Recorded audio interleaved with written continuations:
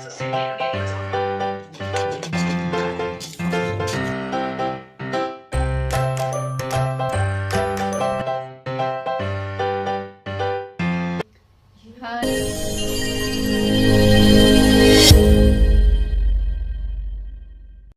Hello ನಮಸ್ಕಾರ ಎಲ್ಲರೂ ಹೇಗಿದ್ದೀರಾ? ಐ ಹೋಪ್ ಎಲ್ಲರೂ ಚೆನ್ನಾಗಿದ್ದೀರಾ ಅಂತ ಭಾವಿಸ್ತಾ ನನ್ನ ಈ ಒಂದು ವ್ಲಾಗನ್ನು ಶುರು ಮಾಡ್ತಾ ಇದ್ದೀನಿ. ಇವತ್ತು ಬಂದು ನಮ್ಮ 20th ವೆಡ್ಡಿಂಗ್ ಆ್ಯನಿವರ್ಸರಿ ಇದೆ. ಹಾಗಾಗಿ ಯಾವುದಾದ್ರು ಒಂದು ಟೆಂಪಲ್ಗೆ ವಿಸಿಟ್ ಮಾಡೋಣ ಅಂತ ಹೇಳಿ ಅಂದ್ಕೊಂಡ್ವಿ. ಸೊ ಯಾವುದು ಟೆಂಪಲ್ಗೆ ಹೋಗೋಣ ಅಂತ ಅಂದ್ಕೊಂಡಾಗ ನಮಗೆ ಉಳಿದಿದ್ದು ಚಾಮುಂಡೇಶ್ವರಿ ದೇವಸ್ಥಾನ. ಸೊ ಬನ್ನಿ ವೀಕ್ಷಕರೇ, ನಾನು ನಿಮ್ಮನ್ನು ಕರ್ಕೊಂಡು ಹೋಗ್ತಾ ಇರೋದು ವಿಶ್ವದ ಅತಿ ಎತ್ತರದ ಪಂಚಲೋಹದಿಂದ ನಿರ್ಮಾಣವಾಗಿರುವಂತಹ ಚಾಮುಂಡಿ ಅಮ್ಮನವರ ವಿಗ್ರಹವನ್ನು ದರ್ಶನ ಮಾಡಿಸೋಕ್ಕೆ ಅಂತ ನಾನು, ಸತೀಶ್ ಅವರು, ಹಾಗೆಯೇ ನನ್ನ ಇಬ್ಬರು ಗಂಡು ಮಕ್ಕಳು, ಹಾಗೆ ನನ್ನ ತಂಗಿ ಮಗ ಒಬ್ಬ, ಎಲ್ಲರೂ ಕೂಡ ಹೊರಟ್ವಿ. ಆ್ಯಕ್ಚುಲಿ ನನ್ನ ತಂಗಿ ಮಗಳು ರಜಕ್ಕೆ ಅಂತ ಹೊರಟೋಗಿದ್ಲು, ಸೊ ಅವಳು ಬರಲಿಲ್ಲ. ಸೊ ಈ ದೇವಸ್ಥಾನ ಬಂದು ಕರ್ನಾಟಕದ ರಾಮನಗರ ಜಿಲ್ಲೆ ಚನ್ನಪಟ್ಟಣ ತಾಲೂಕು ಗಾವಡಗೆರೆಯಲ್ಲಿ ಇರುವಂತಹ ವಿಗ್ರಹ ಇದಾಗಿದೆ. ಸೊ ನಾವು ಇಲ್ಲಿಗೆ ಹೋದಾಗ ಸ್ಟಾರ್ಟಿಂಗ್ ಬಂದು ಈ ಒಂದು ಟೆಂಪಲ್ ಸಿಗುತ್ತೆ, ಅಮ್ಮನವರ ದೇವಸ್ಥಾನ. ಸೊ ಅಲ್ಲಿಗೆ ಹೋಗಿ ಅಮ್ಮನವರ ಗರ್ಭಗುಡಿ ಇದೆ ಇಲ್ಲಿ. ಸೊ ಅಲ್ಲಿಗೆ ಹೋಗಿ ನಾವು ಪೂಜೆ ಎಲ್ಲ ಮುಗಿಸ್ಕೊಂಡು ಆನಂತರ ಹೊರಗಡೆ ಬಂದ್ವಿ. ಸಾವಿರಾರು ಭಕ್ತಾದಿಗಳು ಇಲ್ಲಿ ಹರಕೆಯನ್ನು ಕಟ್ಕೊಂಡು ಕಾಯಿನ ಅಲ್ಲೇನೆ ತಗೊಂಡು ಕಟ್ತಾರೆ. ಸೊ ಈ ಒಂದು ಕಾಯನ್ನು ನಾವು ಒಂದು ಸಾರಿ ಮಾಡಿದ್ರೆ ಸಾಕಾಗಲ್ಲ, ಒಂದು 7 ಸಾರಿ ಈ ರೀತಿನೇ ಮಾಡಬೇಕಾಗುತ್ತೆ ಅಂತ ಹೇಳ್ತಾರೆ. ಸೊ ಈ ರೀತಿ ನಾವು ಹರಕೆ ಹೊತ್ಕೊಂಡು ಕಾಯನ್ನು ಕಟ್ಟೋದ್ರಿಂದ ನಾವು ಅಂದ್ಕೊಂಡಿರೋ ಕೆಲಸಗಳೆಲ್ಲ ನಿರ್ವಿಘ್ನವಾಗಿ ಸಾಗುತ್ತೆ ಅಂತ ಹೇಳ್ತಾರೆ. ಅಮ್ಮನವರ ದೇವಸ್ಥಾನಕ್ಕೆ ನುಗ್ತಿದ್ದಂಗೆ ಏನೋ ಒಂಥರ ಪಾಸಿಟಿವ್ ಫೀಲ್ ಆಯಿತು ಅಂತಲೇ ಹೇಳ್ಬೋದು. ಸೊ ನಮ್ಮ ಒಂದು ಕರ್ನಾಟಕದಲ್ಲೇ ಇದ್ಕೊಂಡು ನಾವು ಈ ರೀತಿ ಒಂದು ದೇವಸ್ಥಾನನ ಇಷ್ಟು ದಿವಸ ನೋಡಿಲ್ವಲ್ಲ ಅಂತ ಒಂಥರ ಫೀಲ್ ಆಯಿತು. ತುಂಬಾ ಚೆನ್ನಾಗಿದೆ ದೇವಸ್ಥಾನ ಅಂತೂ. ಖಂಡಿತ ಯಾರೆಲ್ಲ ಈ ಒಂದು ದೇವಸ್ಥಾನನ ವಿಸಿಟ್ ಮಾಡಿಲ್ಲ, ಒಂದು ಸರಿ ವಿಸಿಟ್ ಮಾಡಿ. ಖಂಡಿತ ಲೈಫಲ್ಲಿ ಒಂದು ಸರಿ ಈ ದೇವಸ್ಥಾನವನ್ನು ಖಂಡಿತ ಎಲ್ಲರೂ ನೋಡಲೇಬೇಕು. ಯಾರೆಲ್ಲ ನೋಡಿಲ್ಲ ಖಂಡಿತ ಇವಾಗಲೇ ಪ್ಲ್ಯಾನ್ ಮಾಡಿ ಖಂಡಿತ ಒಂದು ಸರಿ ಹೋಗಿ ವಿಸಿಟ್ ಮಾಡಿ ಅಮ್ಮನವರ ದರ್ಶನ ಮಾಡಿ ಅಂತ ಹೇಳೋಕ್ಕೆ ಇಷ್ಟಪಡ್ತೀನಿ. ಅದರಲ್ಲೂ ಕೂಡ ಇದು ತುಂಬಾ ಫೇಮಸ್ ಆಗಿರುವಂತಹ ಒಂದು ವಿಗ್ರಹ ಅಂತಲೇ ಹೇಳ್ಬೋದು. ಯಾಕಂದರೆ ಇದು ವಿಶ್ವದಲ್ಲೇ ಏಕೈಕ ಅತಿ ಎತ್ತರದ ಪಂಚಲೋಹದಿಂದ ಮಾಡಿರುವಂತಹ ಚಾಮುಂಡೇಶ್ವರಿ ವಿಗ್ರಹ ಅಂತ. ಸರಿಸುಮಾರು 35,000 kg ತೂಕ ಇರುವಂತಹ ಪಂಚಲೋಹದ ಮೂರ್ತಿ ಇದಾಗಿದೆ. ಈ ಒಂದು ವಿಗ್ರಹದ ವಿಶೇಷತೆ ಏನು ಅಂದರೆ ಈ ವಿಗ್ರಹವನ್ನು ಚಿನ್ನ, ಬೆಳ್ಳಿ, ತಾಮ್ರ, ಹಿತ್ತಾಳೆ, ಕಬ್ಬಿಣ ಈ ಒಂದು 5 ಪಂಚಲೋಹದಿಂದ ಮಾಡಿರುವಂತಹ ವಿಗ್ರಹ ಇದು. ಸೊ ಈ ಒಂದು ದೇವಸ್ಥಾನವನ್ನು ಮಾಡಲೇಬೇಕು ಅಂತ ಡಿಸೈಡ್ ಮಾಡಿ ಶುರು ಮಾಡಿದರು. ಬಟ್ ಬಜೆಟ್ ಎಲ್ಲ ಅಷ್ಟೊಂದು ಇರಲಿಲ್ಲ. ಆವಾಗ ಆ ಟೈಮಲ್ಲಿ ಭಕ್ತಾದಿಗಳು ತಮ್ಮ ಮೂಗಿತಿ ಆಗಿರ್ಬೋದು, ಕಿವಿ ಓಲೆ, ಹಾಗೆಯೇ ಕಂಚಿನ ಪಾತ್ರೆಗಳು, ತಮ್ಮ ಕಾಲ್ ಚೈನು, ಬಂಗಾರದ ಉಂಗುರ, ಹಾಗೆಯೇ ಹಿತ್ತಾಳೆಯ ಪಾತ್ರೆಗಳು, ಈ ರೀತಿ ತಮ್ಮ ಮನೆಯಲ್ಲಿ ಬೇಡವಾದಂತಹ ವಸ್ತುಗಳನ್ನ ಎಲ್ಲರೂ ಈ ಒಂದು ದೇವಸ್ಥಾನಕ್ಕೆ ಅರ್ಪಿಸಿದರು. ಭಕ್ತಾದಿಗಳು ಕೊಟ್ಟಿರುವಂತಹ ಒಂದು ಪಂಚಲೋಹಗಳನ್ನು ಉಪಯೋಗಿಸಿ ಮಾಡಿರುವಂತಹ ಒಂದು ವಿಗ್ರಹ ಮೂರ್ತಿ ಇದಾಗಿದೆ. ಈ ಒಂದು ಅತಿ ಎತ್ತರವಾದ ಚಾಮುಂಡೇಶ್ವರಿ ಅಮ್ಮನವರ ಒಂದು ವಿಗ್ರಹದ ಕೆಳಗಡೆ ಅಂದರೆ ಮುಂಭಾಗದಲ್ಲಿ ಒಂದು ಶ್ರೀಚಕ್ರ ಇದೆ. ಈ ಶ್ರೀಚಕ್ರ ತುಂಬಾ ವಿಶೇಷತೆ ಉಳ್ಳದ್ದು ಅಂತಲೇ ಹೇಳ್ತಾರೆ. ಯಾಕೆ ಅಂದರೆ ಈ ಒಂದು ಶ್ರೀಚಕ್ರದಲ್ಲಿ 3,000,000 ದೇವತೆಗಳು ಅಡಕವಾಗಿದೆ. ಹಾಗೆಯೇ ಆ 3,000,000 ದೇವತೆಗಳ ಅನುಗ್ರಹ ನಮಗೆ ಸಿಗುತ್ತೆ ಅನ್ನೋ ಒಂದು ನಂಬಿಕೆ ಕೂಡ ಇದೆ.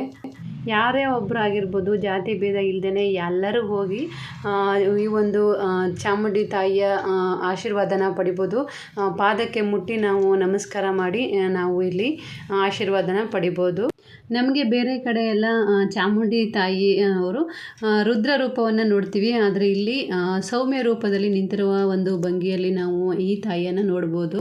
ಈ ಒಂದು ಚಾಮುಂಡಿ ತಾಯಿಯ ವಿಗ್ರಹವನ್ನು ಕೃತಕವಾಗಿ ನಿರ್ಮಾಣಗೊಂಡ ಗುಹೆಗಳು, ಹಾಗೆಯೇ ಬೆಟ್ಟ, ಈ ರೀತಿಯ ಒಂದು ಕೃತಕವಾಗಿ ನಿರ್ಮಿಸಿರುವಂತಹ ಒಂದು ಪ್ರಕೃತಿಯ ಮಡಿಲಿನಲ್ಲಿ ನಿರ್ಮಿಸಿದ್ದಾರೆ.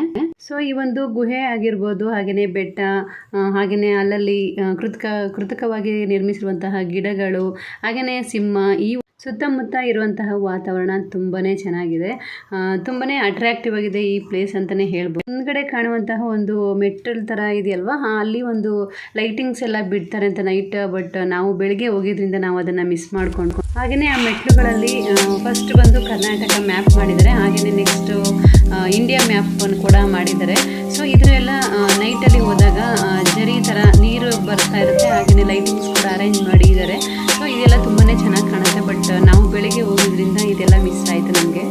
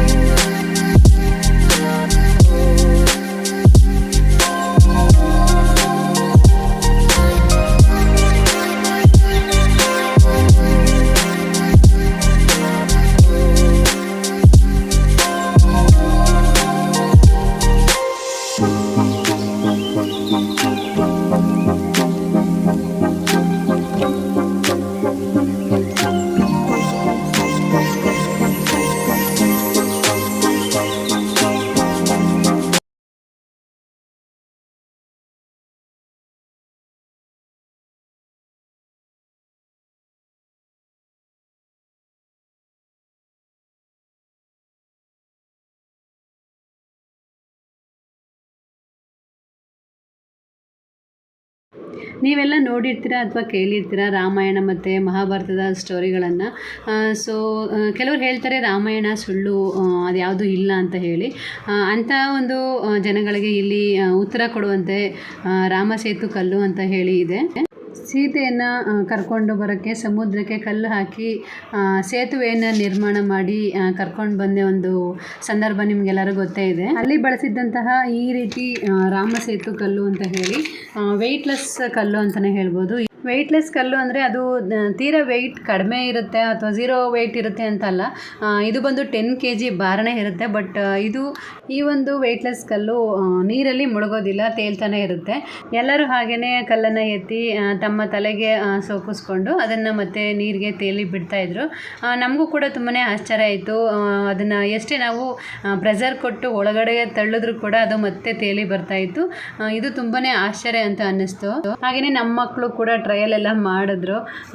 ತುಂಬಾ ತೂಕ ಇತ್ತು ಕಲ್ಲು, ಬಟ್ ಅದು ನೀರಲ್ಲಿ ತೇಲ್ತಾ ಇತ್ತು. ಅದೇ ಒಂದು ಆಶ್ಚರ್ಯ ಆಗಿತ್ತು. ಹಾಗೆಯೇ ಪಕ್ಕದಲ್ಲಿ ನಿಮಗೆ ನೋಡ್ತಾ ಇರ್ಬೋದು ಆಂಜನೇಯನ ಒಂದು ಪುರಾತನವಾದ ಕಲ್ಲಿಂದ ಕೆತ್ತಿರುವಂತಹ ಒಂದು ವಿಗ್ರಹವನ್ನು ನೋಡ್ತಾ ಇರ್ಬೋದು ನೀವು. ಇದು ತುಂಬಾ ಅಗಲ ಇದೆ.